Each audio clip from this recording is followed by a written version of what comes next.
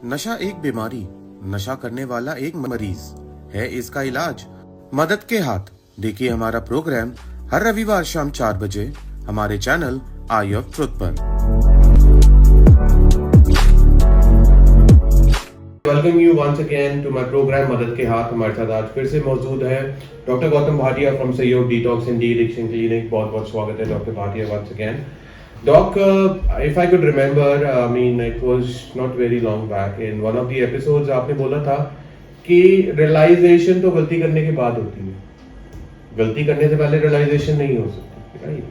तो realization की वो stage ना आए, एक addict जब वो sobriety में चलता है, clean चल रहा होता है, ठीक है, and he is following a certain routine.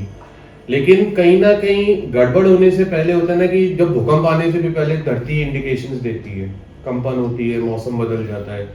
तो एडिक्ट की लाइफ में भी आर देयर एनी सिम्टम्स और is there is any warning signs that what an addict get before getting relapse? Definitely, very good question, Deva. कि एक specially from the addicts point of view कि उसको किन किन चीज़ों का ख्याल रखना चाहिए ताकि रिलैप्स से वो बच सके। Though people say कि relapse is a part of recovery, but I beg to differ. Relapse is not recovery. It's not a part of recovery. I think it is the absence of recovery. So, काफी relapse is a process, not an event. तो ये and process है तो इसका ये मतलब है कि इसको पहले रोका भी जा सकता है। तो साइंस जो एडिक्ट को खुद नजर आ सकते हैं वो डिस्टर्बेंस इन हिज फीलिंग्स, मतलब उसको कंफ्यूजन या बहुत ज़्यादा डिप्रेशन या इस तरह की फीलिंग्स हो सकती हैं। बहुत ज़्यादा इलेशन, बहुत ज़्यादा खुशी भी कई दफ़ा एक ट्रिगर बन जाती है। तो उन वेरेवर जहाँ पर फीलिंग्स में बहुत ज़्यादा उतार चढ़ाव हो रहा है तो एडिक्ट को उन सिचुएशंस का खास ख्याल रखना चाहिए। इसके अलावा नींद वगैरह में चेंज आना, पैटर्न्स जो रेगुलर पैटर्न्स हैं उनमें चेंज आना, that is also a very strong indication. इसके अलावा नशा करने के बार बार ख्याल आना, तो लाइक आई से कि जैसे हम अपने एडिक्शन के आगे पावरलेस हैं, हम अपने थॉट्स के आगे भी पावरलेस हैं। कौन सा थॉट मेरे मन में कब आ जाएगा ज़रूरी नहीं है कि मैं एक ठेके के बाहर से निकलूं तभी मेरा पीने का मन करेगा। हो सकता है मैं मंदिर में बैठा हूँ और वहाँ पर भी मेरा पीने का मन कर सकता है, पीने का ख्याल आ सकता है। पर वो उसको कैसे डील करना, that's a story for another day. But बार बार इसको अगर ये बहुत ज़्यादा इस तरह के ख्याल आ रहे हैं मुझे नशा करने के, तो मुझे फिर डेफिनेटली कुछ उसके बारे में कुछ करने की ज़रूरत है। कई दफ़ा सपनों में एडिक्ट नशा कर लेता है, राइट। तो ये भी मैं तो कहता हूँ हमारा सबकॉन्शियस माइंड हमें एक तरह से वार्निंग दे रहा है, जैसे कि there might be something lacking in your programme.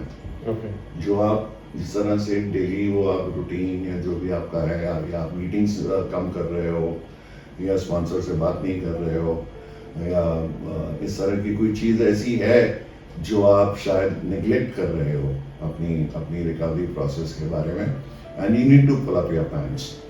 So these are all indications which and sometimes because addict तो कुछ डायरेक्टली अफेक्ट होता है इन सब चीज़ों से, और उसको पता चलना कि मेरा नशा करने का मन कर रहा है या नहीं कर रहा है, sometimes it is difficult for him to ascertain that fact. तो इसमें जो मेरे लोग, करीब के जो लोग होते हैं, they can sometimes see it better. Okay. If my family tells me that there is कोई रूटीन में मेरी फर्क पड़ रहा है या और वो पूछे कि are you all right, so then I should take heed of that because चीज को सीरियसली लिया। बिल्कुल बिल्कुल मुझे सीरियसली लेना चाहिए कि अपने आप को एग्जामिन करना चाहिए, इंट्रोस्पेक्ट करना चाहिए कि is everything alright with me, because they can see sometimes things which मैं शायद ना देख पाऊं। Exactly. And also, Doc, I mean, in one of the episodes, you mentioned wet people in wet places. If I could recall it correct. Wet people in wet places, इससे भी बचना बहुत जरूरी होता है क्योंकि बोलते हैं कि संगत का असर बहुत वो पड़ता है। तो would you elaborate? I mean, what? तो जहाँ पर नशा होता है या जो लोग नशा कर रहे हैं उनके साथ उठना बैठना इतना अच्छा आइडिया नहीं है, खास करके अर्ली रिकवरी में। Okay.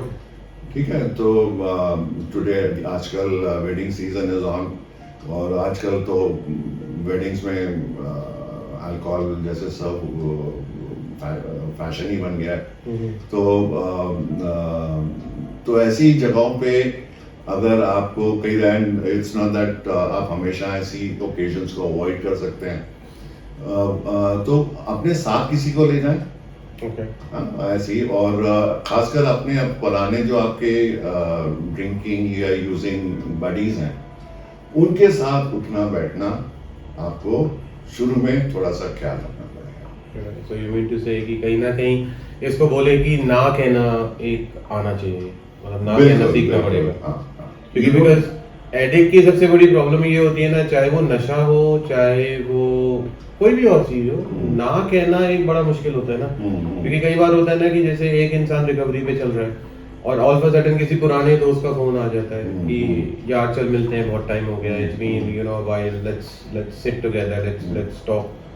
अब होता क्या है ना कि अब एक एडिक्ट फॉर एग्जांपल उसके पास जाता है, सालों बाद मिल रहा है, सब कुछ कर रहा है, एंड वो सालों बाद तो नहीं, अगर इनिशियल बात करें हम रिकवरी की, और वहाँ पे ही स्टार्टेड टेकिंग अल्कोहल और कोई भी नशा कर रहा है, तो कहीं ना कहीं इन्फ्लुएंस तो होते ही, राइट। तो कहीं ना कहीं है ना कि व्हाट मेरे को जो समझ में आया कि ना कहना सीखना बहुत जरूरी है।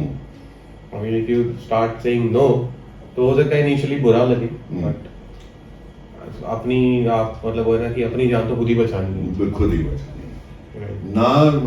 व्हाट यू आर सेइंग कि जो मैं कहता हूँ कि ना सुनना एक एडिक्ट के लिए बहुत मुश्किल होता है, ना कहना मुश्किल होता है, what you said just now, और ना सुनना भी उसके लिए बहुत मुश्किल होता है। Okay. तो दोनों चीजें सीखनी पड़ेंगी एक एडिक्ट को रिकवरी में, ना कहना भी और ना सुनना भी।